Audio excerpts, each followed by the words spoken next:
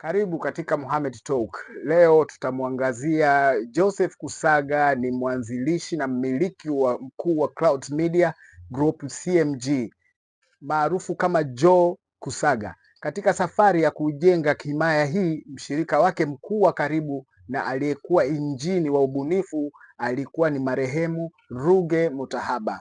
Hapa ni historia ya Joseph Kusaga na ukuaji mzima wa Clouds Media kwa urefu zaidi. Maisha ya awali na mapenzi ya burudani. Joseph Kusaga alizaliwa mkoani Mara, Musoma, na baadaye kuhamia Dar es Salaam akiwa na umri wa miaka mitano baada ya baba yake alikuwa mtumishi wa serikali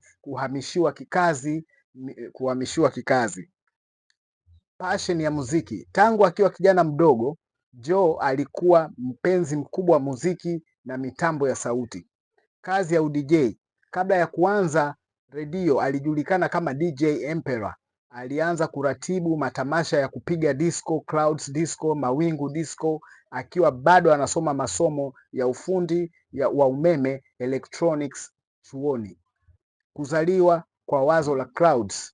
Mwaka 1990 wazo la kuanzisha kituo cha redio ilikuja baada ya Joe Kusaga kutembelea nchini Marekani, Los Angeles na New York. Alivutiwa na jinsi redio za kule zilivyokuwa zikicheza muziki wa kisasa na kuwa na mwingiliano wa moja kwa moja na vijana.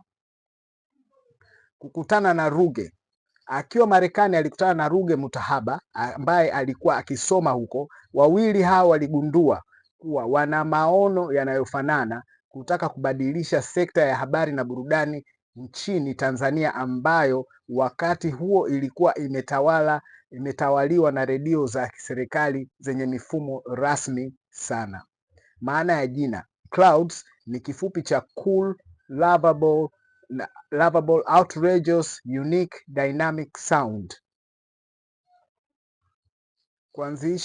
Kuanzishwa kwa Clouds FM mwaka 1998 mpaka mwaka 1999. Clouds FM ilianza rasmi Disemba 3 mwaka 1999. Baadhi ya kumbukumbu zinasema maandalizi yalianza mwaka 1998.